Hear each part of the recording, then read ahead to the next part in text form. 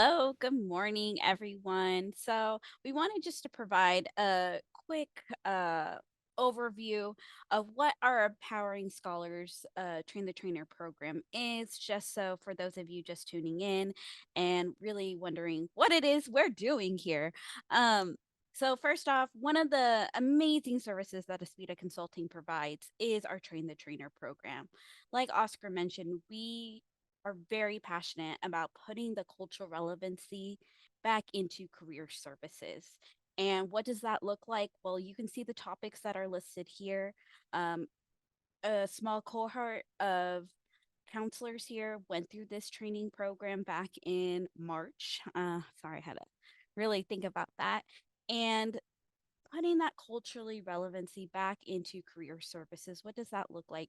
That looks like addressing the socio-emotional needs of students. That looks like understanding and showing them to appreciate their personal journey and build that confidence. So you'll see here, these are some of the topics that our counselors went through: turning adversity into positive career traits, demystifying networking, how to overcome imposter syndrome, which is personally my favorite. And then if we go to the next slide here.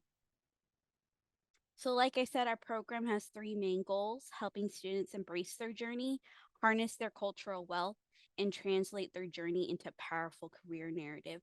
What we've experienced, and I'm sure all of you have also experienced with your students, is they tend to have a deficit mindset and they disqualify themselves from opportunities because they don't see themselves as having that traditional work experience or as you know, fitting within this framework of success. And so we're trying to dismantle that deficit mindset and empower these students so that they can see that just because they have a non-traditional background, just because they have overcome X, Y, and Z obstacles, they have value, they have transferable skills. And it's really I use the example of polishing and making sure that they see that their past is it's a diamond and that they can continue to succeed. It's just a matter of them understanding what it success looks like for them. And so that is really the main premise of our Train the Trainer program that these counselors went through. And then I'll hand it over to Oscar to perhaps explain. I think it might be on the next slide here. Or would you like me to go into this too as well, Oscar? No, go ahead. Yeah. So, as part of implementing our Train the Trainer program, we understand, what is it? Rome wasn't built in a day. Neither was, completely reshaping how we do things. And so we really wanted to make it so that we were able to begin helping implement our Train the Trainer program in whatever capacity you work with students. We understand that there's, some of you are more one on one. Maybe it's more of a group setting. Maybe it's more incorporating our overall curriculum, the into your instruction. And so right here, you'll see what we had our counselors do for this implementation portion is really identify 5 students and help them develop their career narrative. You may be wondering what a career narrative is. I'll give a very high level quick overview.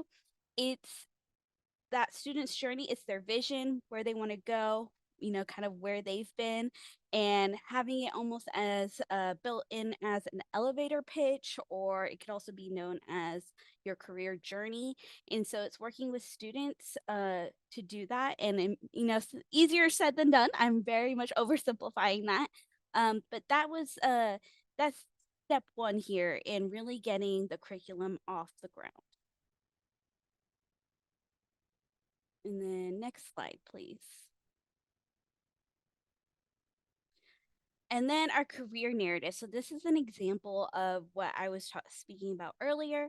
The career narrative, you'll see at the very top. I know the print is small, but this is an example of a student that we worked with in the past who had gone through our career readiness our Empowering Scholars program. And you'll see that the student's answers to the questions, your why, personality traits, career journey, and vision, it's very, one worded answers, very much fill in the blank. And then you'll see a revised version at the bottom, which is definitely more lengthy, but it's also gives more personality, gives more insight into that student. And so again, the whole goal here for this project in implementing our Empowering Scholars program was to see this before and after, to work with students so that we can see where they want to go, but more importantly, really getting them to reframe their past and their journey. And then I believe we have the next slide. There we go. Yes, me too. And Stephanie, do you want to talk about this, or do you want me to? Just a quick overview. Yeah, no, just I'll introduce it maybe, Oscar, and Okay. then you can jump in and talk about the more in-depth session. So, Sure. we got started by really coming together as a planning team. So that was Amanda, Michael, Aspira, myself, and we also brought on Karen Miles, who's done a lot of work with us around developing publications, and she's going to be helping us develop a publication for this work. So, we got started with a face-to-face train the trainer program that we had here at Coast District.